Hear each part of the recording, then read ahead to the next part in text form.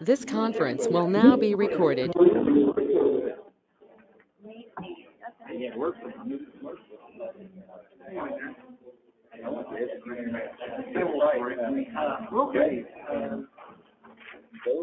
Had a good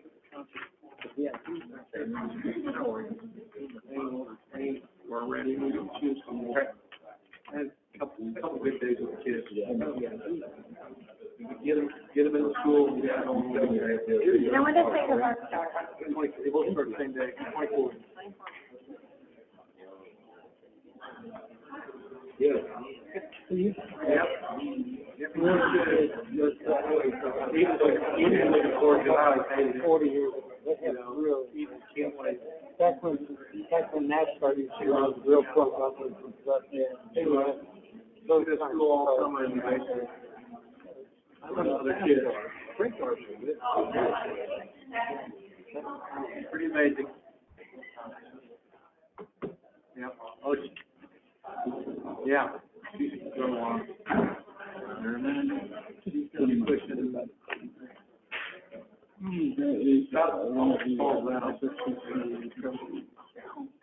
He's really shooting up.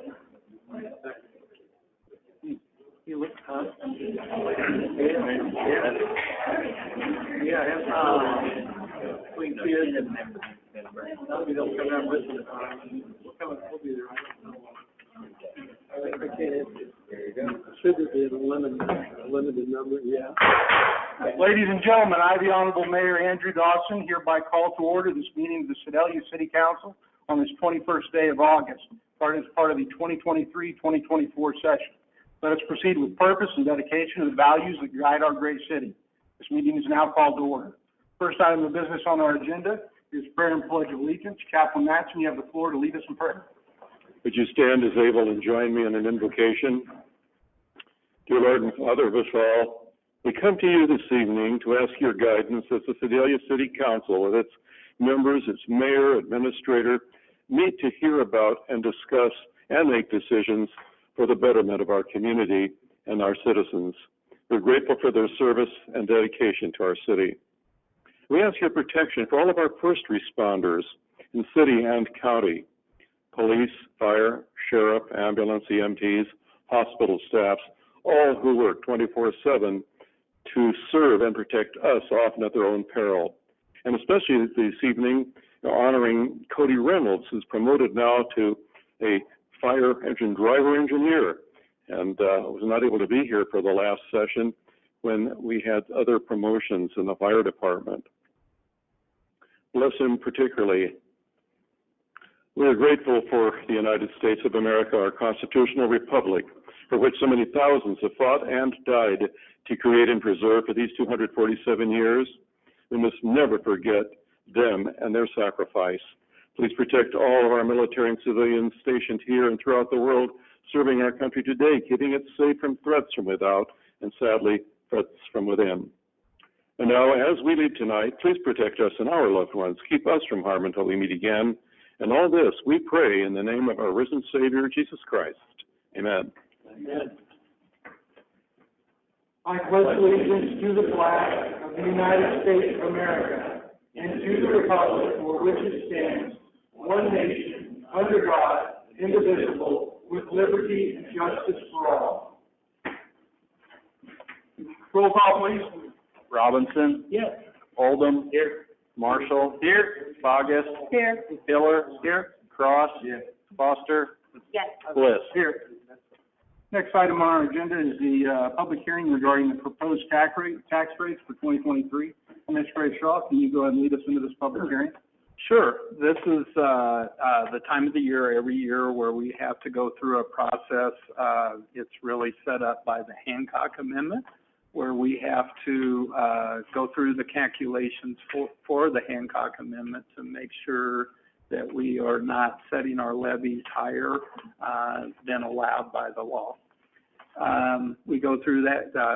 Basically, it starts off with the assessor sending actually to the county clerk the assessed valuations within our jurisdiction. And the assessor then, or the county clerk then sends that on to us, as well as to the state auditor. The state auditor then controls the process where they issue actually spreadsheets that go through that calculation, and then we pull all of that together. Jessica Pyle, our finance director, has gone through those calculations and determined the maximum amount that is allowable to set in those rates. Those rates then are put into an ordinance, or actually, first of all, they go into an advertisement that we have to give to the public. I think it's 7 days in advance of this hearing. And then this hearing is to hear from anybody in the public that wants to speak on the appropriateness of those levies. After the hearing, later on in the council regular agenda, council will be able to consider an ordinance to set those levies. So at this time, if anybody wants to speak from the audience on the levies, then please step forward to the microphone, state your name and address, and you'll have 3 minutes to address council. All right, we'll now open the public hearing. Anybody who'd like to step up, you've got 3 minutes.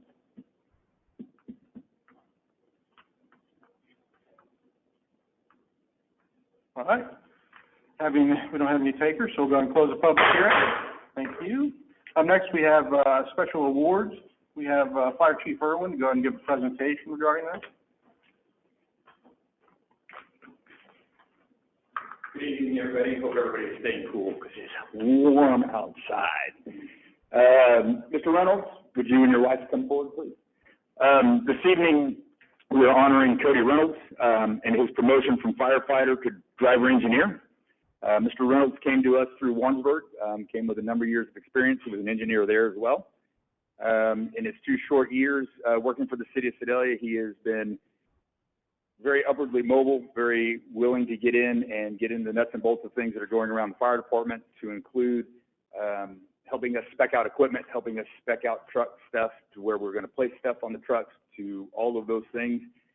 We are very proud of Cody.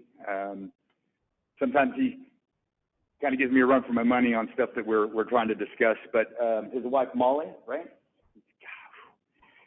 We'll be painting his badge. Sometimes my notes are bad. So Cody Reynolds, congratulations for being promoted to driver engineer.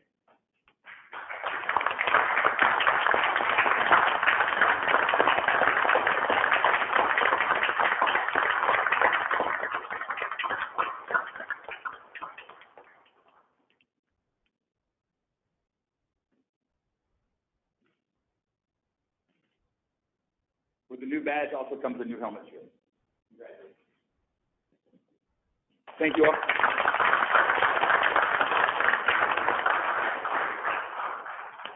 Thank you, Chief Irwin. Sure. Oh, no, thank you. Next item is the approval of the previous session minutes dated August 7th, 2023. Do I have a motion and a second? Motion to approve. Second. Any discussion regarding the motion and second? Having heard none, all those in favor? Aye. All those opposed? Thank you, council. See, now we have the roll call of the standing committees. Finance and Administration's up first. Chairman Marshall, you have the floor. There are 6 items on my report tonight. First, our financial director, Jessica Pyle, will provide an update on major tax revenue and collection trends.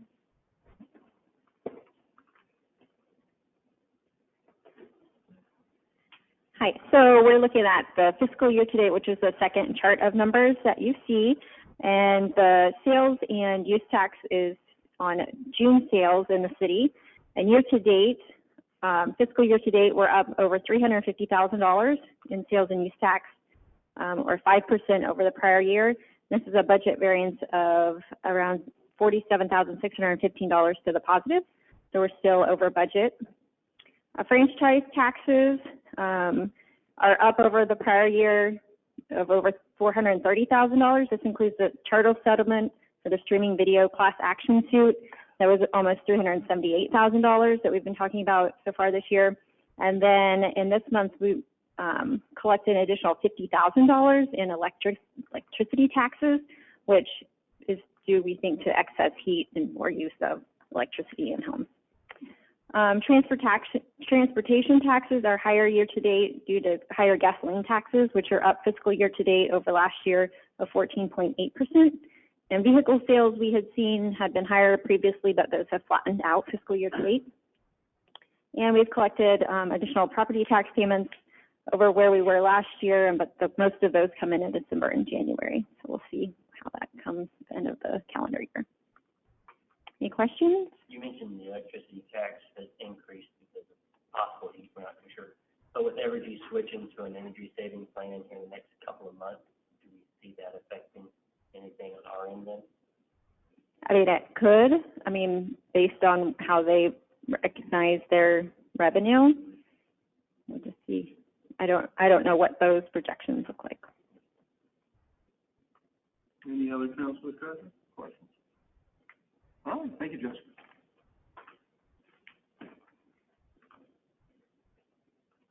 Next is a call for an ordinance to set the property tax levies as discussed in the public hearing at the beginning of this meeting. All right, any council discussion regarding the ordinance? Having heard none, call for reading the ordinance. Bill number 2023-146, an ordinance levying and providing for the collection of taxes for the year 2023 in the city of Sedalia, Missouri. Second reading? Second. All those in favor? Aye. All those opposed? Motion carries. Thank you. Bill number 2023-146, an ordinance levying and providing for the collection of taxes for the year 2023 in the city of Sedalia, Missouri. Final passage? Second. Roll call, please. Bliss, Yes. Robinson, Yes. Oldham, Yes. Marshall, Yes. Bogus, Yes. Hiller, Yes. Cross, Yes. Foster. Yes. All in favor. Ordinance passes. Thank you, council. My third item is, our property insurance policy is expiring at the end of this month. Our city clerk, Jason Myers, has been working on the bid process. There was only one bid received, and it was from the current underwriter through our current agent. We have been pleased with the service we have received, and the quote came in overall as a flat rate. The premium will go up slightly due to increases in the amount of property being insured. It is recommended to renew the property insurance policy with Cincinnati Insurance through Assured Partners at an annual premium of $263,857. Any council discussion regarding the ordinance? Having heard none, call for reading the ordinance. Bill number 2023-147, an ordinance approving and accepting a bid for commercial property and content insurance. Second reading? All those in favor? Aye. All those opposed? Motion carries. Bill number 2023-147, an ordinance approving and accepting a bid for commercial property and content insurance. Final passage? Second. Roll call, please. Robinson, Yes. Oldham, Yes. Marshall, Yes. Bogus, Yes. Hiller, Yes. Cross, Yes. Foster, Yes. Bliss. Yes. All in favor. Ordinance passes. Fourth item, state statutes require cities to select a financial institution to serve as its depository of public funds. Jessica File, our finance director, coordinated the bid process this year. Central Bank, our current depository, and Equity Bank submitted proposals. A 6-person committee was formed to review the bids. These proposals were extremely competitive, and that was reflected in the discussion of the committee as well as in the scoring. The scoring averaged less than 1 point difference, with Central Bank's proposal slightly edging out Equity Bank's. Equity scored higher in net revenue and cost, and Central scored higher in convenience and service level experience. It was recommended to split the business to take advantage of the best of both proposals, maintaining the existing relationship with Central Bank while transitioning a significant portion of business to Equity Bank. We'll need an ordinance to accept and approve, and Mr. Means is here. He's a representative from Equity Bank. He's here to answer any questions the council might have. You have the floor, Mr. Mason. Well, good evening. Thanks for a few minutes to chat with you guys. I appreciate it. My wife and I are heavily invested in Sedalia. You may know Dr. Erin Coleman at Tiger Family Dental. She's a dentist here in town.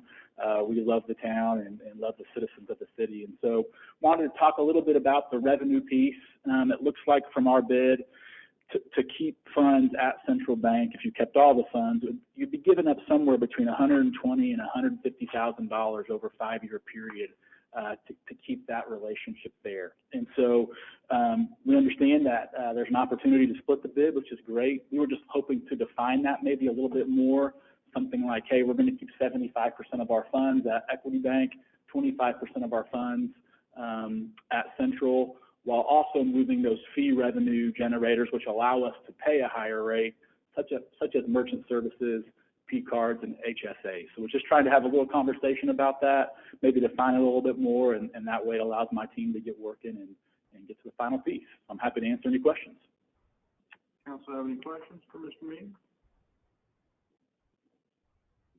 All right. Well, thank you for coming down and presenting. I appreciate it. Thank you very much. All right, call for the reading of the ordinance. Bill number 2023-148.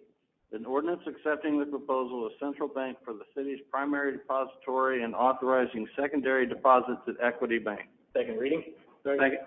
All those in favor? Aye. All those opposed? Motion carries.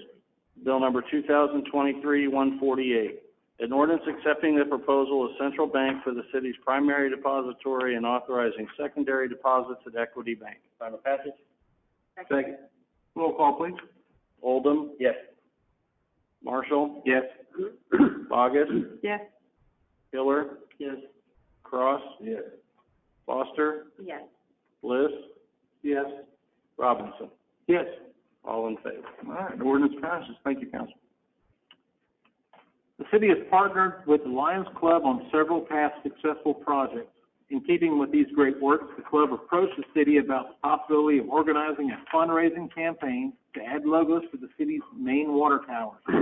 An estimated cost of approximately $40,000 per side was received to affix the Sedalia logo and tagline to the tower. While we would like to have the logo on both sides of each tower, it is too cost prohibitive to do this all at one time. The Lions Club has done some research regarding where we could start in order to gain the most benefit. They have driven around the community and mapped where we could see each of the two main towers. From this informal study, the west tower along 16th Street is the most visible from the majority of the locations throughout the community. They have set a goal of raising $40,000 and asking a pledge from the city to match this with $40,000. This would fund putting the logo on two sides of the west tower. It is recommended to approve this resolution supporting this endeavor, and as well as amending the budget to formally appropriate up to $40,000 in matching funds for this project. All right, we've got two resolutions, and one ordinance in relation to this. Do we have any council discussion regarding this? We've been working for this for a while now, so I'm happy we could team up with some of our local organizations and get it accomplished.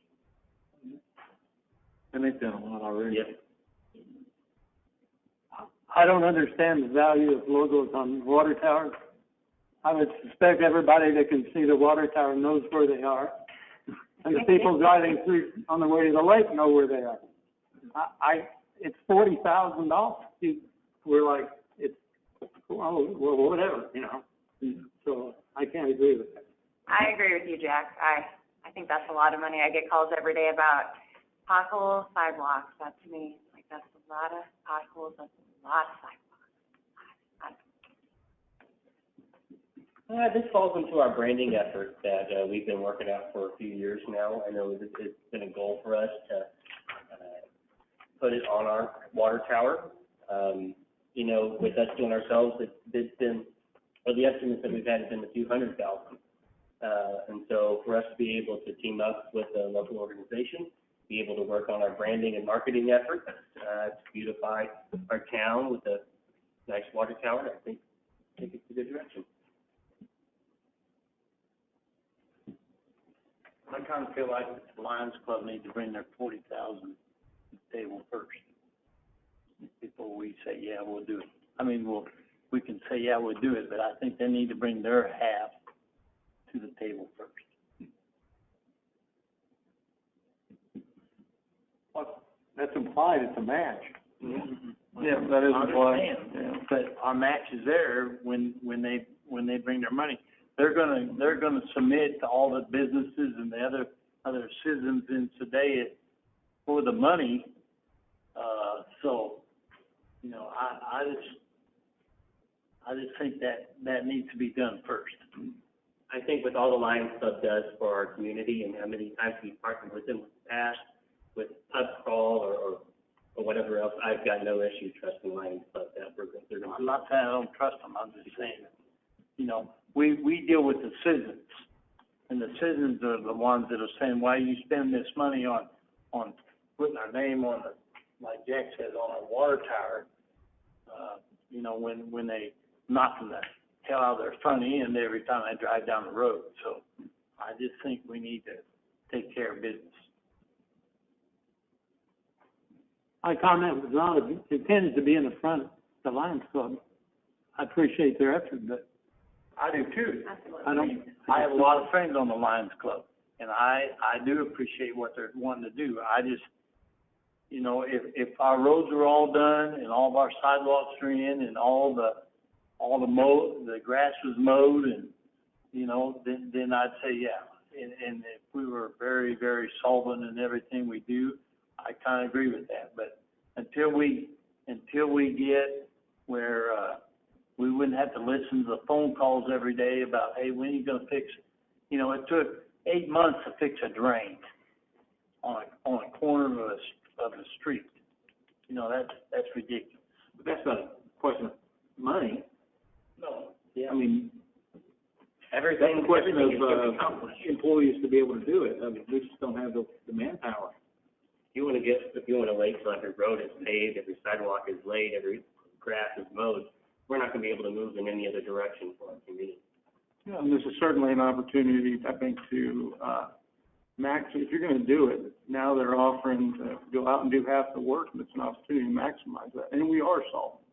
We've maintained a fiscal responsibility here as far as maintaining our reserve. How many in total water towers do we have in Sedalia? 32. We have 2 standing and then 2 ground towers. Well, you have Waterloo, yeah, so you basically have 3, but you have the 2 main ones, the one downtown and then the one out there off of Water Tower Road, 16th Street. And the one that they are focused on is the one out there by 16th Street, Water Tower. So this is just the one water tower? Mm-hmm. Yeah, it's 40,000 per side per tower. So, they wanted to target them raising 40,000 to put it on one side of the West Tower, and then ask the city to pledge to match it to put it on the other side so that you could see it from 2 sides. Well, make sure we're not going to pull the trigger on either side until we've got $80,000. Mm-hmm. Correct. That is correct. Theirs and our match. Yeah. So that's the budget amendment, is the budget up to $40,000 as match, and then the resolution is to support the project.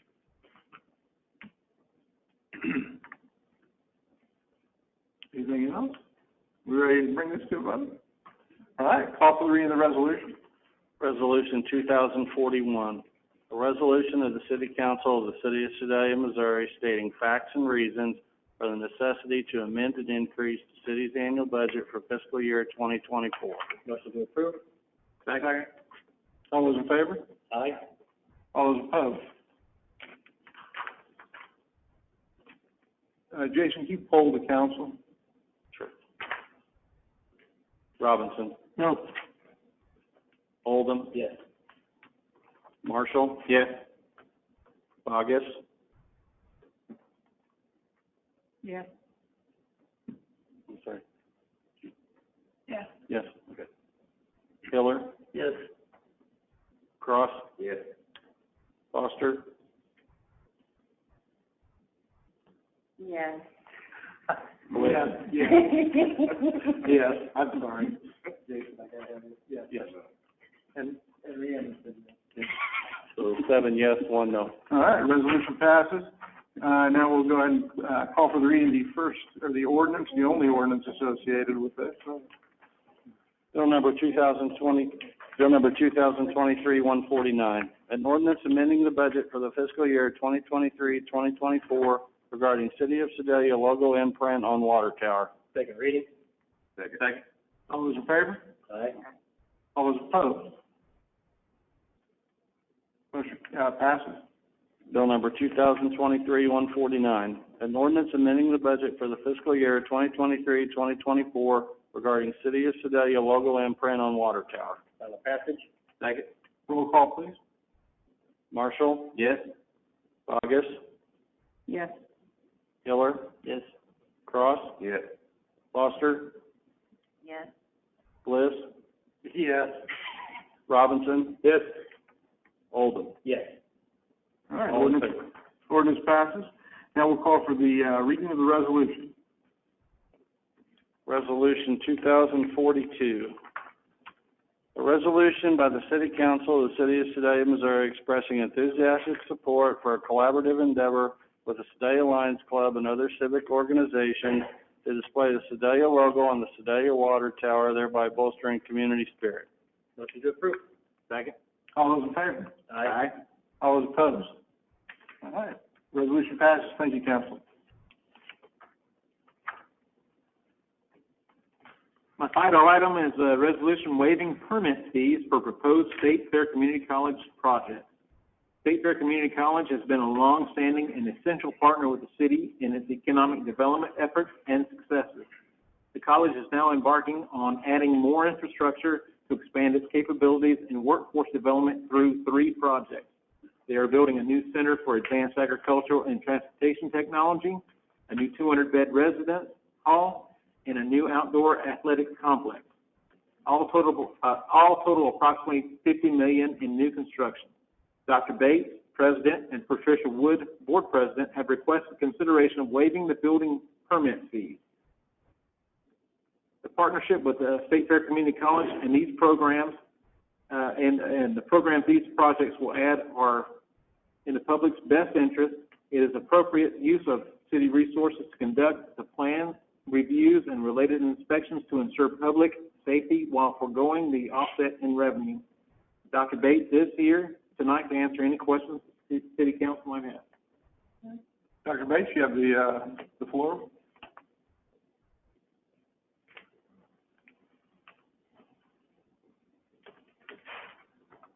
Well, thank you very much. And we truly have been great partners with the city together, supporting not only economic development, but the quality of life here in the city of Sedalia. So we are excited to have these 3 new projects on the west side of our campus. The Center for Agriculture and Automotive Technology is going to train automotive technicians, including alternative fuel vehicle technicians, diesel technicians. We're adding ag mechanics to support our agriculture economy. We're also expanding our commercial driving academy, and there's area in this facility for growth of heavy mechanics repair as well. So our residence halls are full. We're renting space across the street. We're building a new 200-bed residence hall to accommodate that growth. And it's amazing the number of people that I talk to that have come to campus and made Sedalia their home. And so this residence hall is maybe a first step towards that.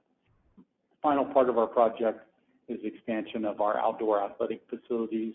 So we're going to be building an all-weather baseball field, softball field, and soccer field with a track and field area as well. So that would allow on-campus participation for our athletic events.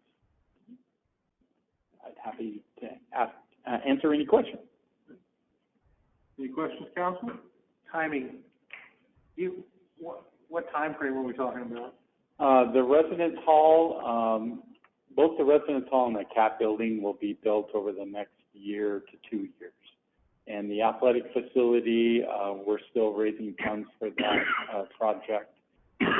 So we don't have a timeline identified for that, but as soon as possible. With the automotive and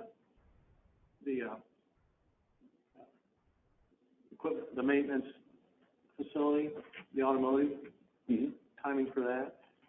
We'll break ground for that in early 24. And it's gonna be where? It's going to be across from our current agriculture building, the Potter Ewing agriculture building, so directly across the road from that. Any other questions, Council? Yeah, I have a question. I'm kind of new at this.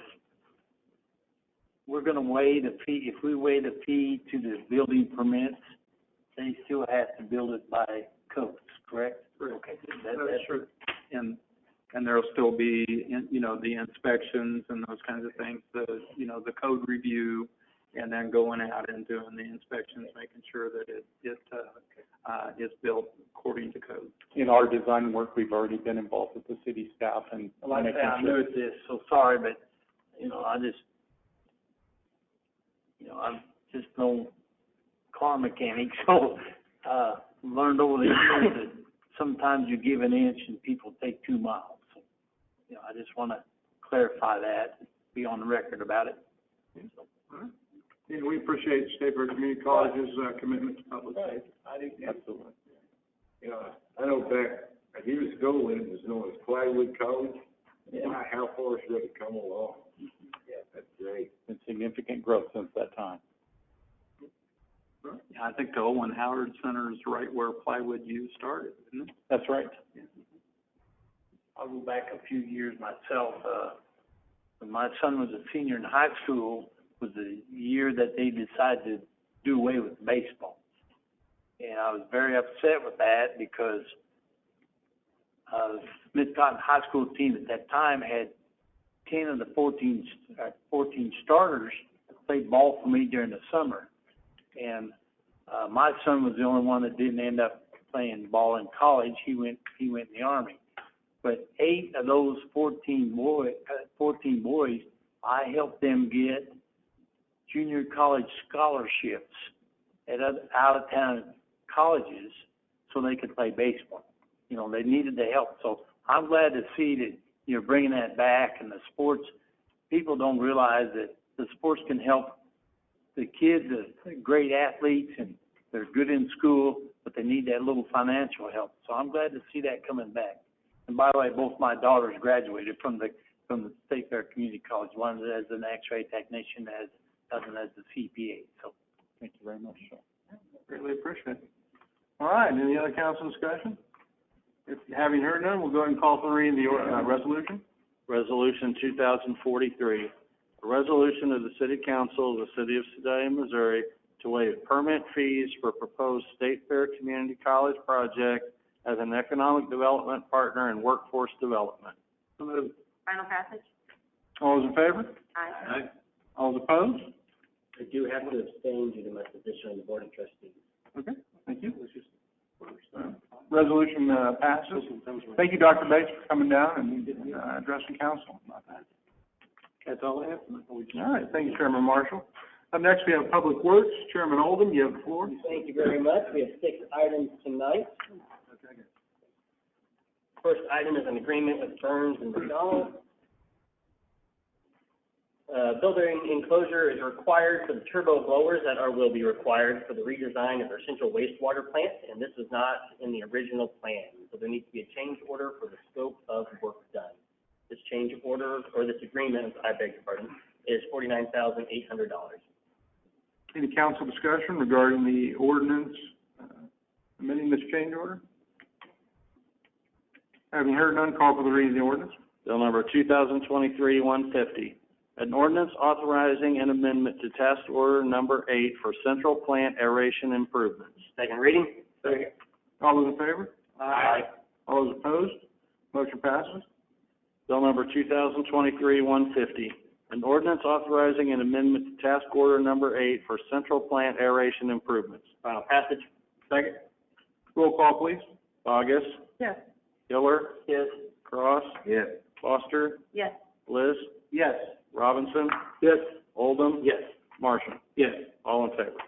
Second item I have tonight is the agreement with our Department of Conservation. This is regarding the collaborative agreement with the Department of Conservation in Spring Fork Lake, not necessarily the terms of the agreement, but who the agreement is with. The agreement was originally with the Sedalia Water Department, and since the Water Department is now formed within the city now, the agreement needs to show that the agreement is with the city of Sedalia. All right, any, council discussion regarding the ordinance? Having heard none, call for the reading of the ordinance. Bill number 2023-151, an ordinance authorizing an agreement with the Missouri Department of Conservation for the continuation of the Community Assistance Program for Spring Fork Lake. Second reading? Second. All those in favor? Aye. All those opposed? Motion passes. Bill number 2023-151, an ordinance authorizing an agreement with the Missouri Department of Conservation for the continuation of the Community Assistance Program for Spring Fork Lake. Final passage? Second? Roll call, please. Hiller? Yes. Cross? Yes. Foster? Yes. Bliss? Yes. Robinson? Yes. Oldham? Yes. Marshall? Yes. Bogus? Yes. All in favor? Ordinance passes. Third item I have tonight is the acceptance of 2 permanent sewer easements. As part of an E.W. Thompson Incorporated Development Project, it is necessary to extend an existing sewer main from Curry Drive to Lamb Drive. E.W. Thompson is granting an easement to facilitate placement of such sewer main along with the ongoing maintenance. Any council discussion regarding the ordinance? Having heard none, call for the reading of the ordinance. Bill number 2023-152, an ordinance approving and accepting permanent sewer easements relating to Curry Drive sewer extension. Second reading? Second. All those in favor? Aye. All those opposed? Motion passes. Bill number 2023-152, an ordinance approving and accepting permanent sewer easements relating to Curry Drive sewer extension. Final passage? Second. Roll call, please. Cross? Yes. Foster? Yes. Bliss? Yes. Robinson? Yes. Oldham? Yes. Marshall? Yes. Bogus? Yes. Hiller? Yes. All in favor? Ordinance passes. Fourth item I have tonight is the acceptance of a quote from R&B Trucking. Due to the extended lead times of purchasing new vehicles, after shopping around, staff has negotiated a pre-owned truck for the fraction of the price. And of course, we'll get there sooner. That acceptance of a quote is $130,000. All right, any council discussion regarding the ordinance accepting the quote? Is there any warranty on trucks with 500,000 miles on? That's a good question. I do not know. You know the answer to that. Oh, I'd be surprised if there was. This is a big I know. dump truck, right? Mhm, Tandem yeah. axle, maybe? I've got 4 axles. Director Davies, is that a tandem axle truck? It is. Does it have a lift axle? It does. Okay. That's why the cost is high. Any further council discussion? Having heard none, call for the reading of the ordinance. Bill number 2023-153, an ordinance approving and accepting a quote for the purchase of a dump truck. Second reading? Second. All those in favor? Aye. All those opposed? Motion passes. Bill number 2023-153, an ordinance approving and accepting a quote for the purchase of a dump truck. Final passage? Second. Roll call, please. Foster? Yes. Bliss? Yes. Robinson? Yes. Oldham? Yes. Marshall? Yes. Bogus? Yes. Hiller? Yes. Cross? Yes. All in favor? Ordinance passes. Fifth item I have tonight is a budget amendment for the central wastewater treatment plant. This will consist of a resolution and an ordinance. Staff has identified a buildup over the years of excess sludge from being stored in drying beds, and it appears it's been there for quite a while. And since this material has been there for so long, it is no longer a reliable way to tell what's been mixed into it. We don't recommend attempting to use it for composting operations. So the landfill will take this waste at a dumping cost of $100 per ton, which will be appropriation of about $75,000. All right, any council discussion or questions regarding this ordinance? I do have one, Public Works, Director Davies, where was this, sludge stored at, just out of curiosity? Where are those drying beds located?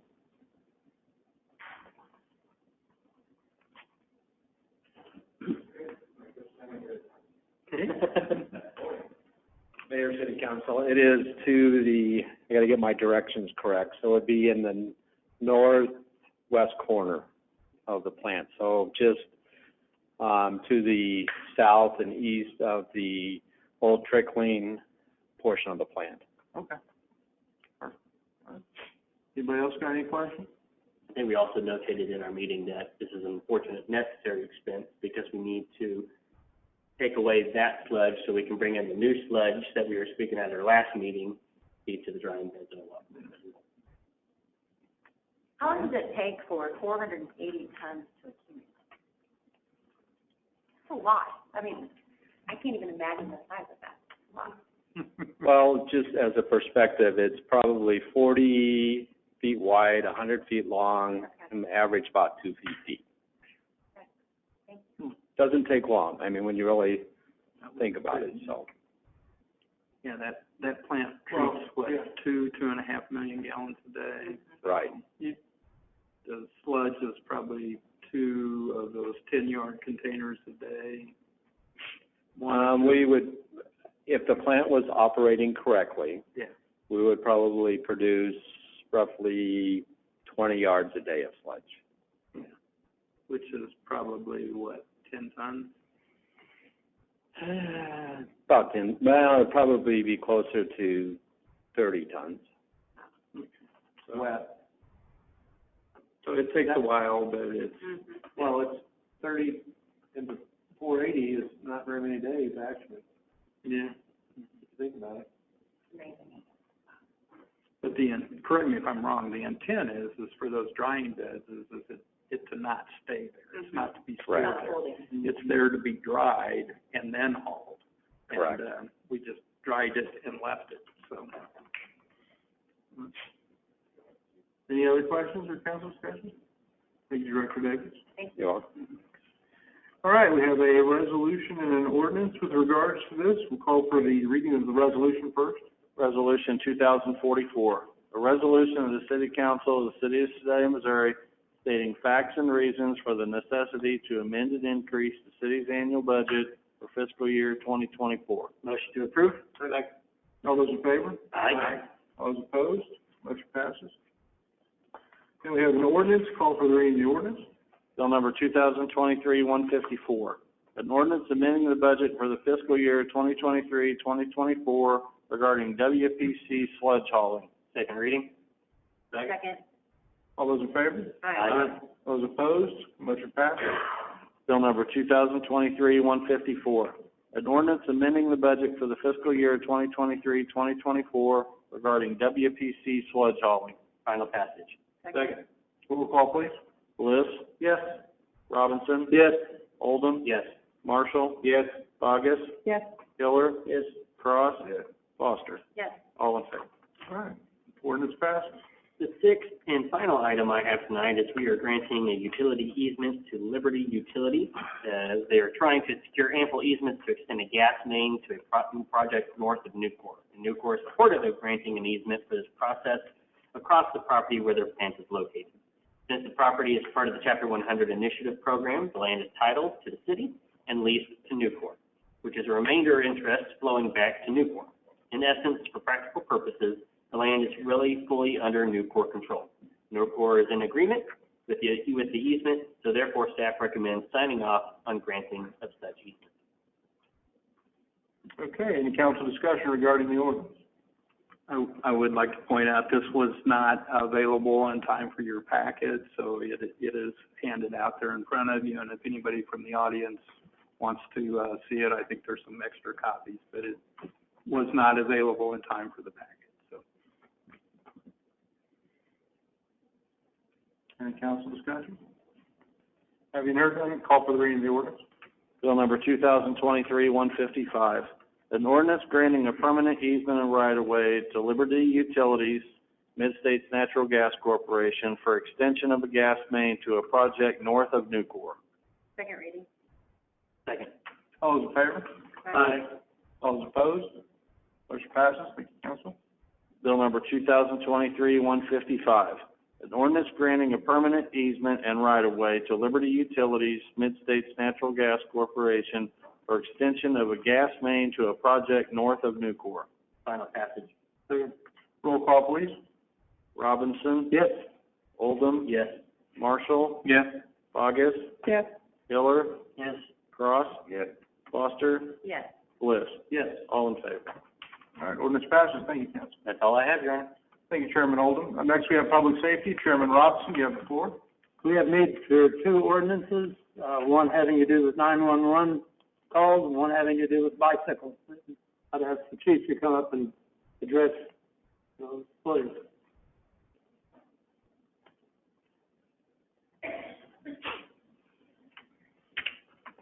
Good evening. Good evening. Speak about the public, safety telephone harassment. There is is that what you're? Yeah. Well, and I think, Director Lauder was gonna speak as well. He asked me to come up. I'll give you my version of it. This is, something on the city side that is gonna help on law enforcement with the police department be able to enforce this. So I'm in support of it, if that helps anything. All right. Let's bring up, Director Lauder. Do you want to speak to that?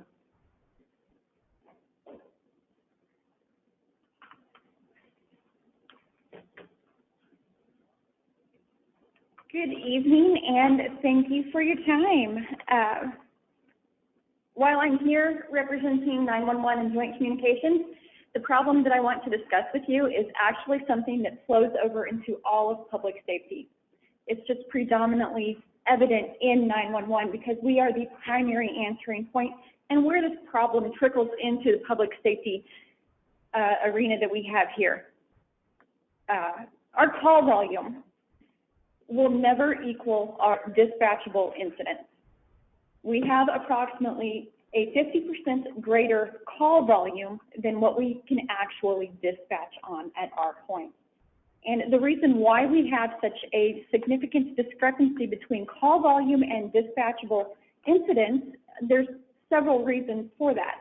We have a 5% transfer rate back into the City of Sedalia Public Records, or the Police Department Records Division. We have 2% that go to the Pettis County Sheriff's Office. We have another 2 to 3% that go to adjoining counties or adjoining jurisdictions based upon call misroutes, just technology. So I point this out because these numbers will never be equal. They never will. But one thing that we need to consider is that the discrepancy between call volume and dispatchable incidents is that is a drain on resources. The way that the Missouri statute for 911 misuse is written, it states that it is specifically addressed to 911 for non-emergency reports 3 or more times in 1 calendar month or 30 days.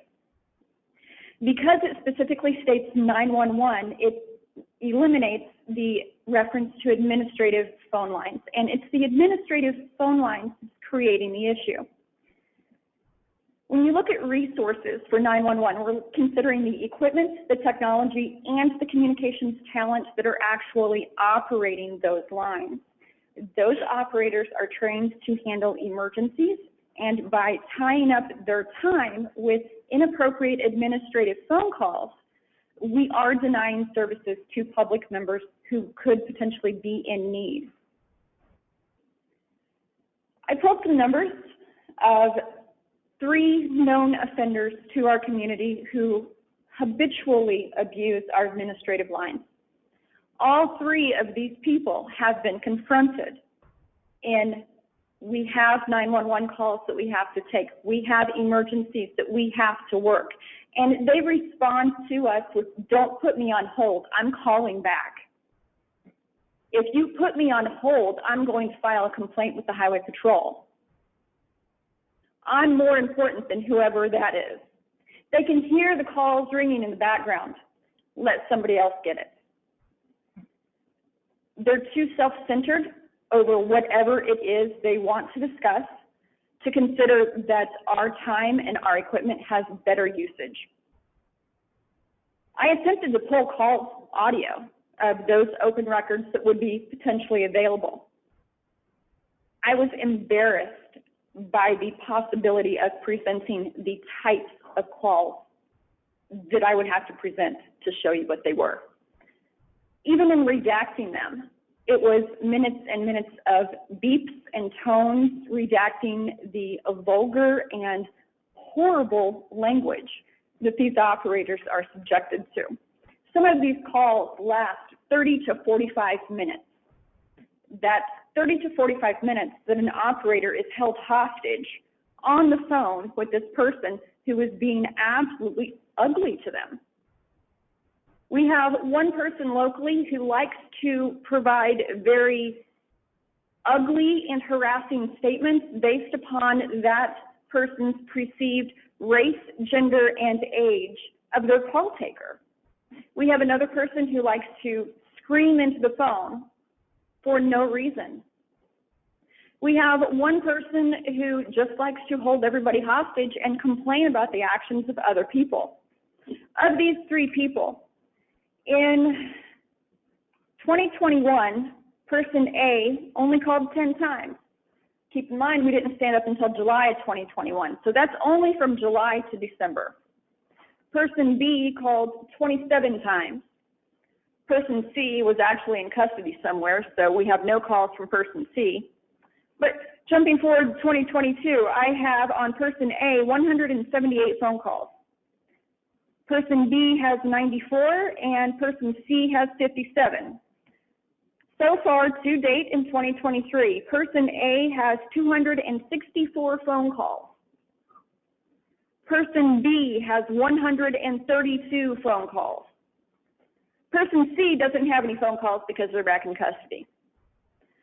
So to put this in perspective, I was trying to come up with a way of how we could correlate this as to what's reasonable and what's not reasonable. So I was trying to come up with some person that I could compare this to. I call into dispatch on a regular basis, checking people, checking equipment, making sure everything's operating correctly. I have a justifiable need to call in, probably more than the general person. In 2021, I called 110 times. In 2022, I called 149 times. So far in 2023, I've had to call 95 times. So I would consider my call-ins a legitimate need versus holding someone hostage on the phone.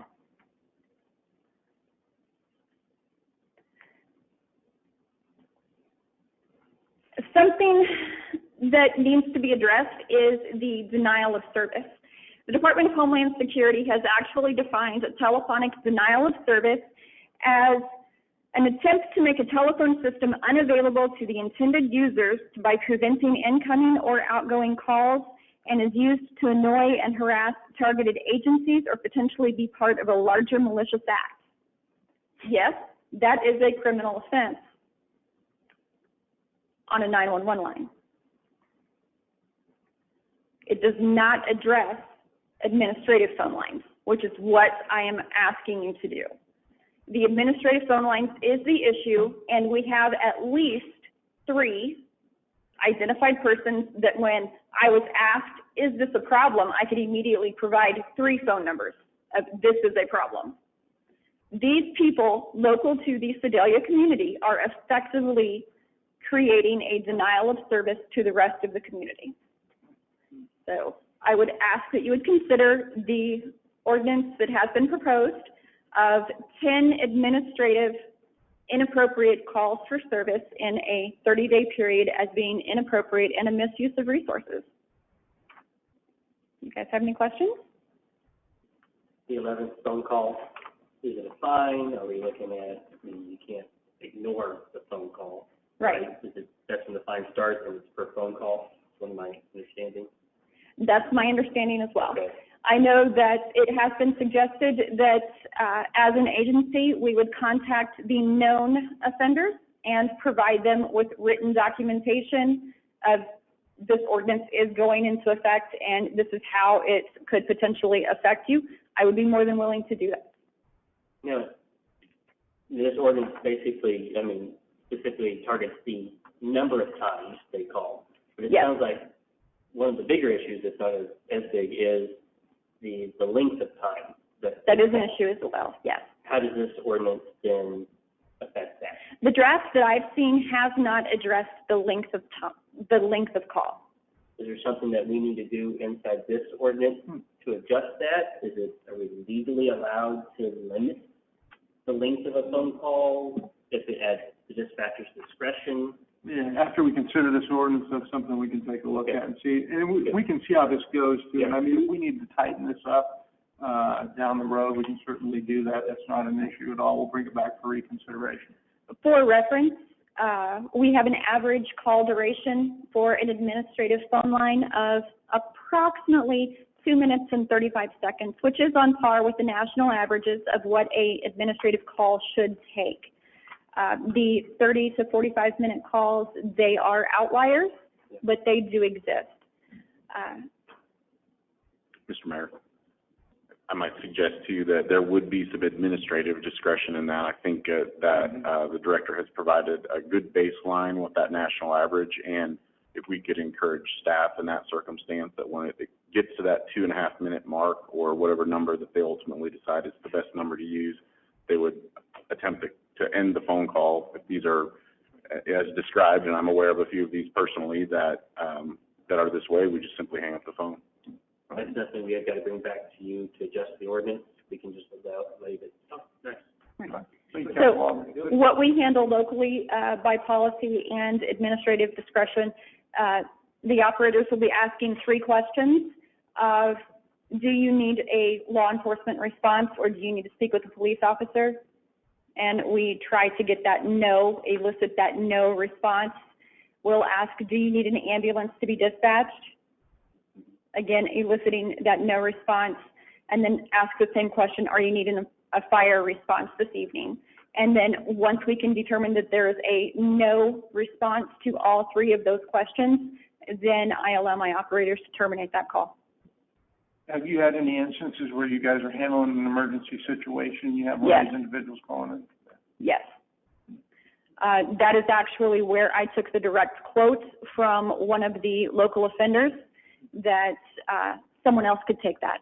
Wow. And that instance, when that person was put on hold, because my operator did the appropriate thing, placed that call on hold, they immediately hung up, disconnected from the call that they were on hold with, and started a machine gun fire into dispatch with call until they could get somebody back on the phone. I do have one administrative staff that he is not a dispatcher. He is not a emergency communications personnel. He is authorized that when all of the 911 operators are on 911 calls, he can pick up an admin line and say, please hold. And he does that. And there are these people that whenever he answers, please hold, they will immediately hang up. Don't you put me on hold. I said, don't put me on hold. And it gets very aggressive. Wow. Do we need to do a public notice or put this on social media or something if it passes or when it passes, so we can let the public know immediately? Okay, we'll take care of that. I'm looking where it says to grant the authority for a fine. Is there a specific amount that you already have in mind for it, number one? And number two, how are you going to get it from it? That would be at the discretion of the city council. Yeah, that would be a fair city prosecutor. Yeah, ultimately, it would be up to the judge to determine the fine. There are state statutes that set what municipal fines can be, and we have to work within those parameters, but the judge makes the decision on that. Okay. And I think this actually could, if, I have to go back and read this ordinance, but it could result in jail time as well.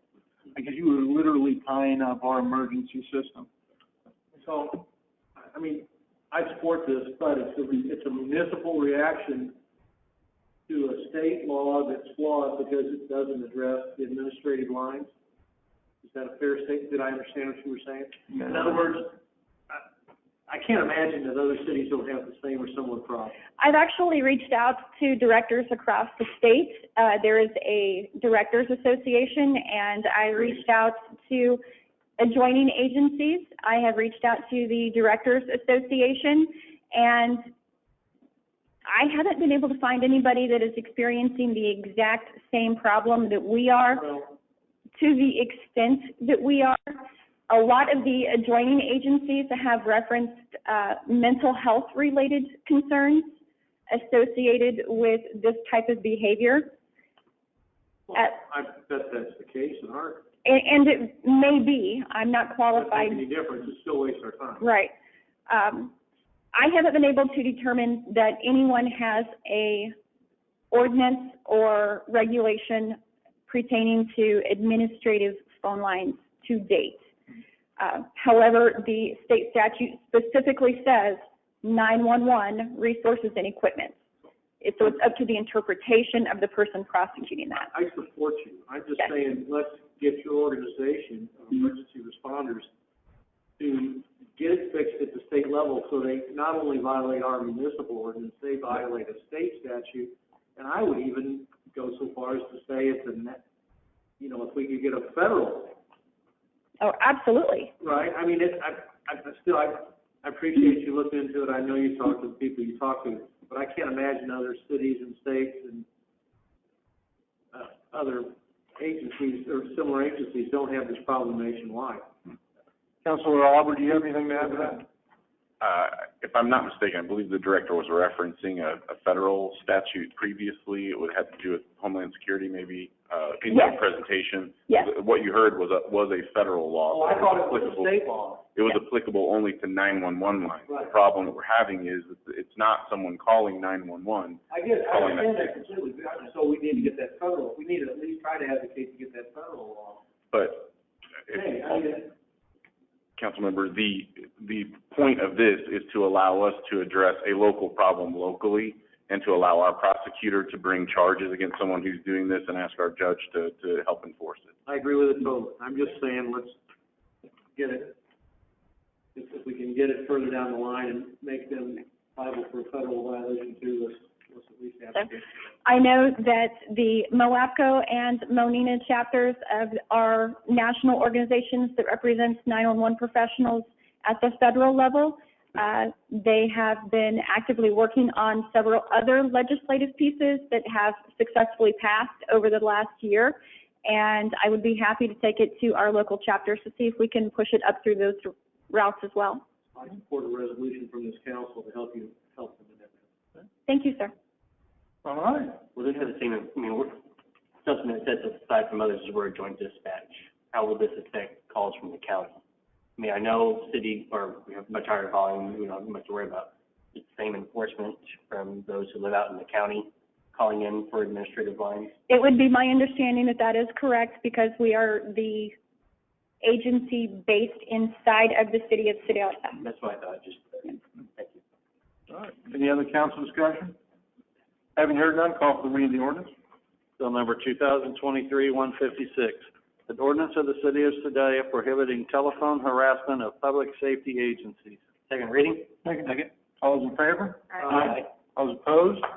Motion passes. Thank you, council.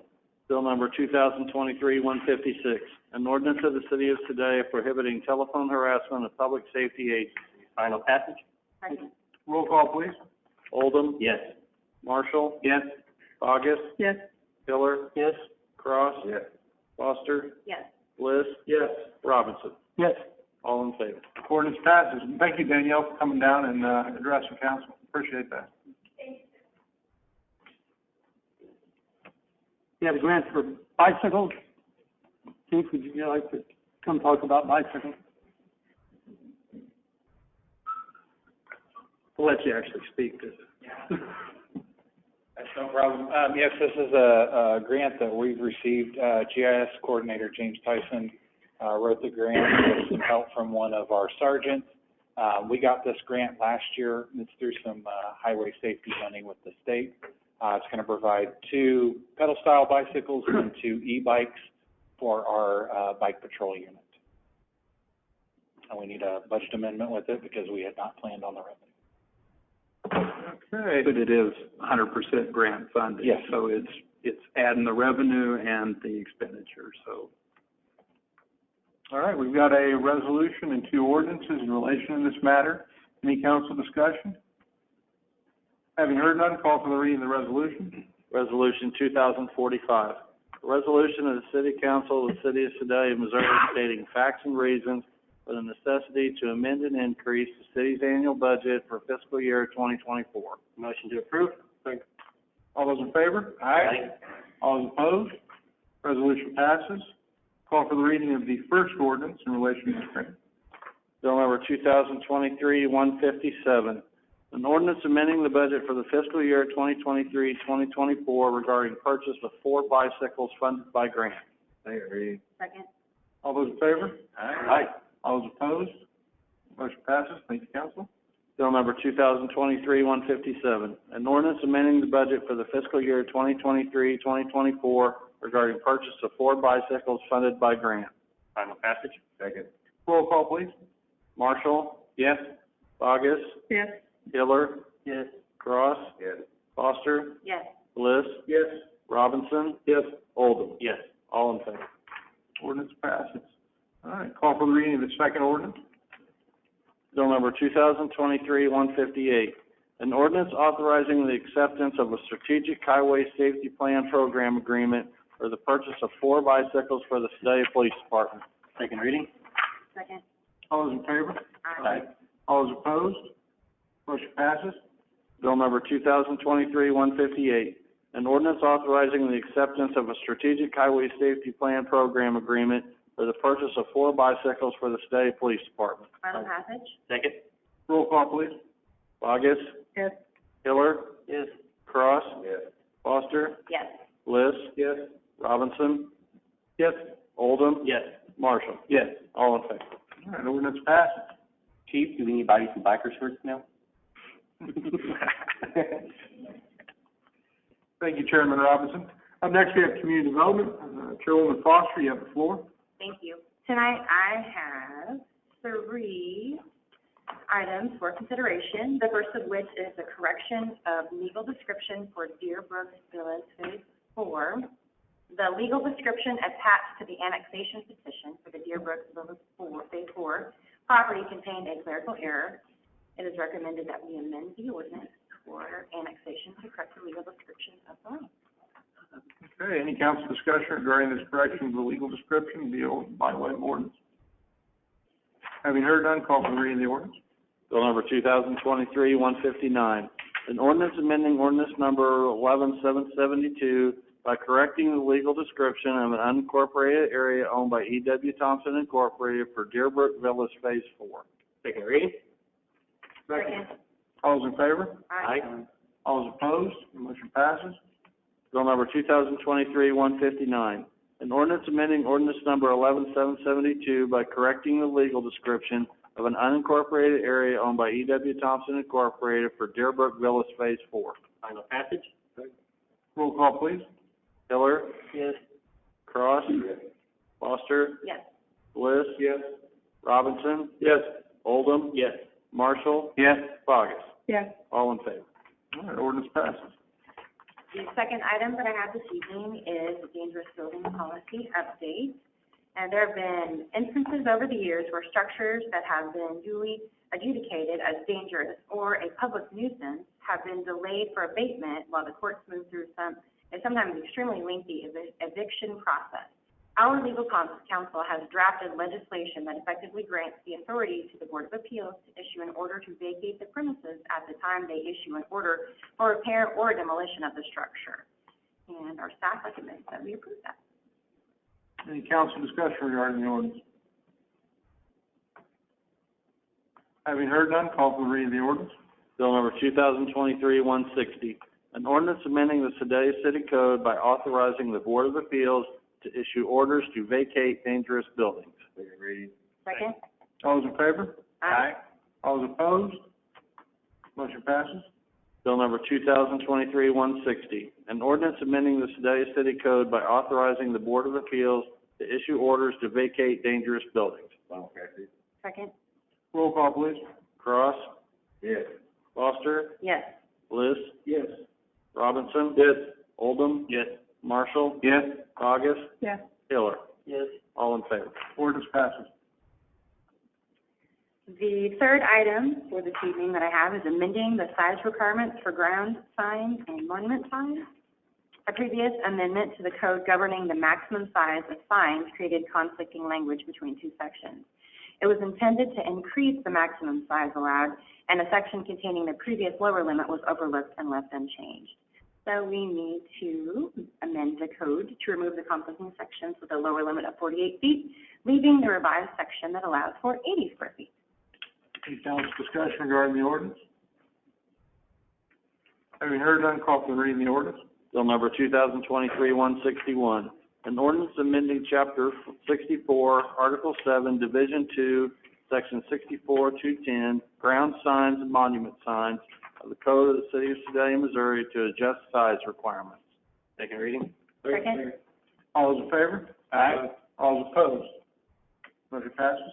Bill number 2023-161, an ordinance amending Chapter 64, Article 7, Division 2, Section 64-210, ground signs and monument signs of the Code of the City of Sedalia, Missouri to adjust size requirements.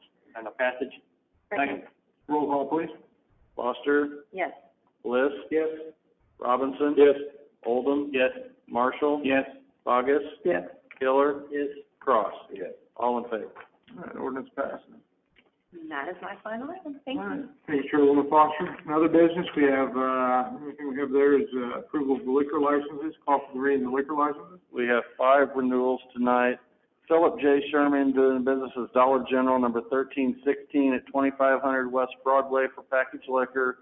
Philip J. Sherman doing business as Dollar General, number 3494 at 713 East Broadway for packaged liquor. Philip J. Sherman doing business as Dollar General, number 2787 at 2003 South Limit for packaged liquor.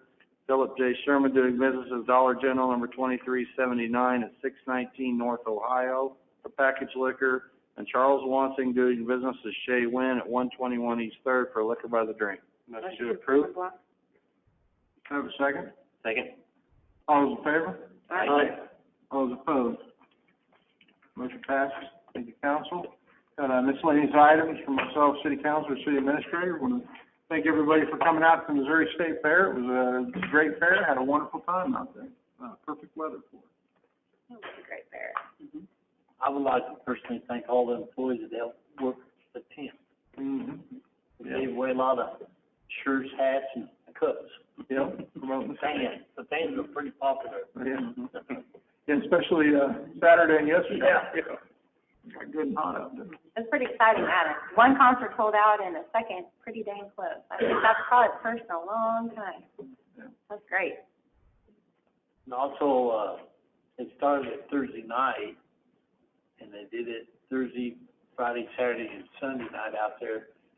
Anybody going into the grandstand, the highway patrols had their little metal detector going around everybody checking for stuff. I thought that was pretty interesting. The first time I'd ever seen that.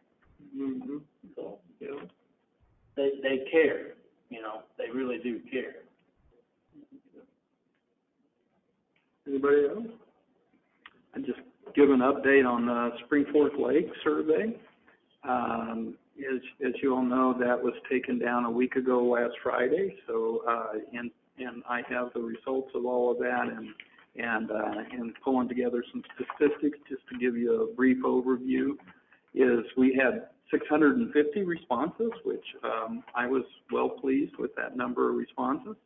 58% of them were from Sedalia, 38% from within Pettis County, and if you do the math, at least 4% from other areas. 92% say keep it and support it with tax dollars.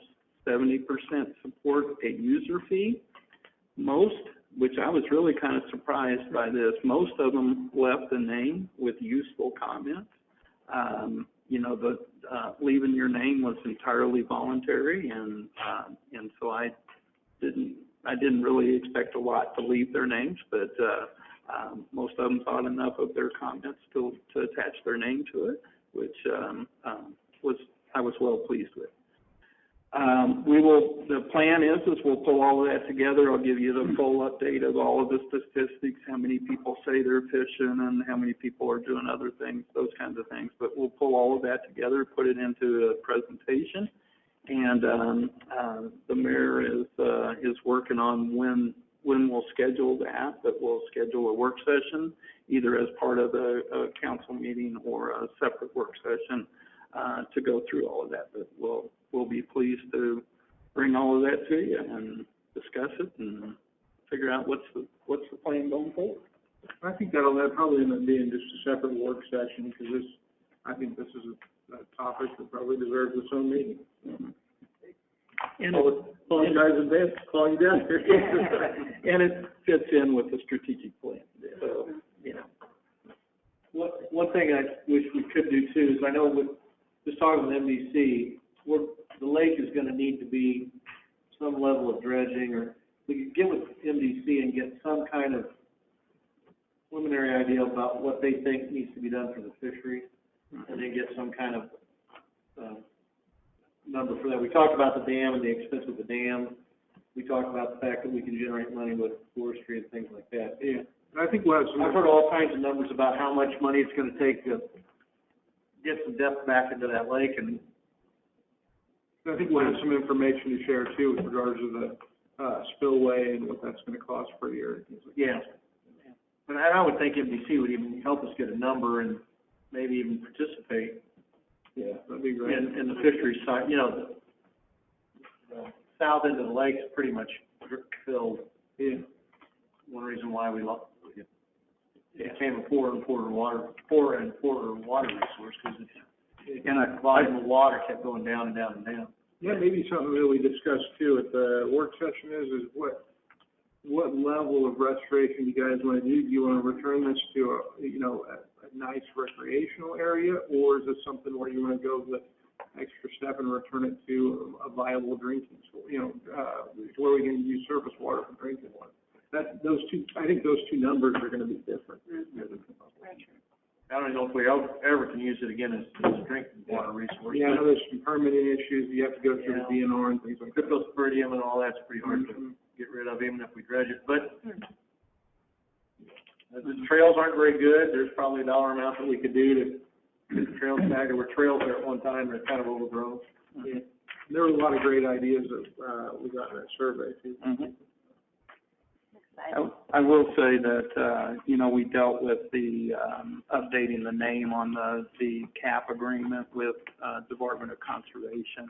And, Trish Yasker was our primary contact there. She has retired, but, I have talked with her and her successor, and they are certainly interested in helping us.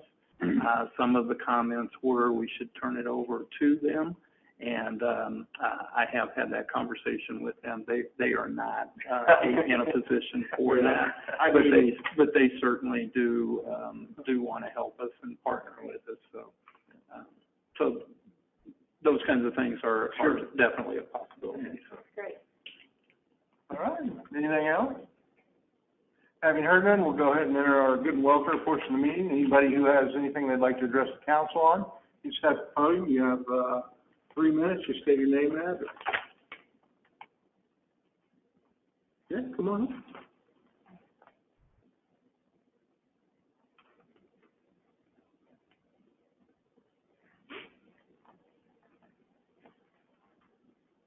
Good evening, Mayor and the members of the City Council. My name is Alona Bogus Reed, and I live at 802 North Missouri Avenue here in Sedalia. And I'm not here to complain, but to commend the city. If you're familiar or not familiar with where I live about a block north of Hubbard Park on the east side of the street. There are only 2 houses there as you're leaving the city, and the other house is vacant, so I'm there by myself. Across the street is a wooded area that I refer to as my Jurassic Park, and I'm afraid of everything. And I've seen everything from deer, foxes, even a mother bobcat.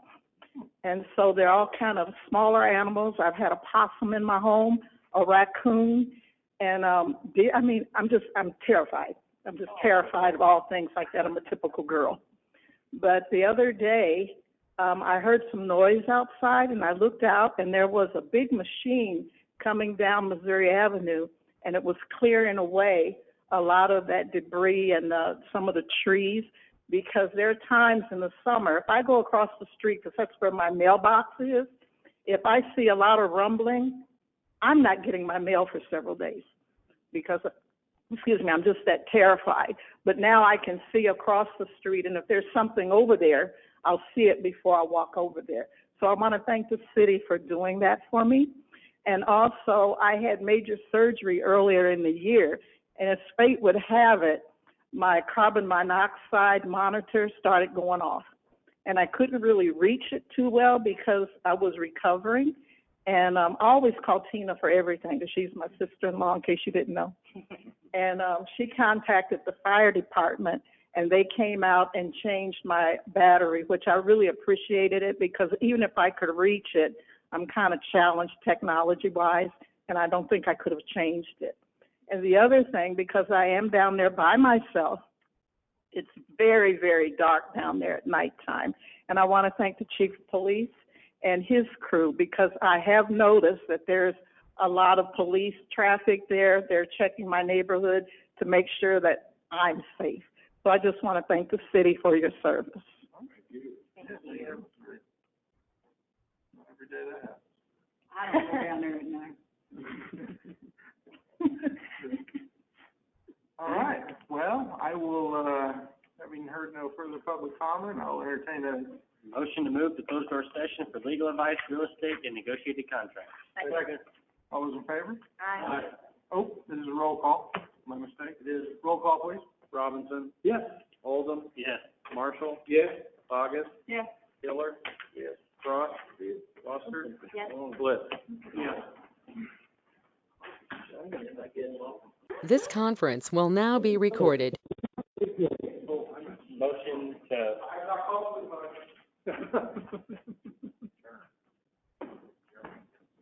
Point of order. somebody has to still included. All right, I will now entertain a motion to adjourn. Motion to adjourn. Second. Meeting adjourned. I don't want to take that thing away.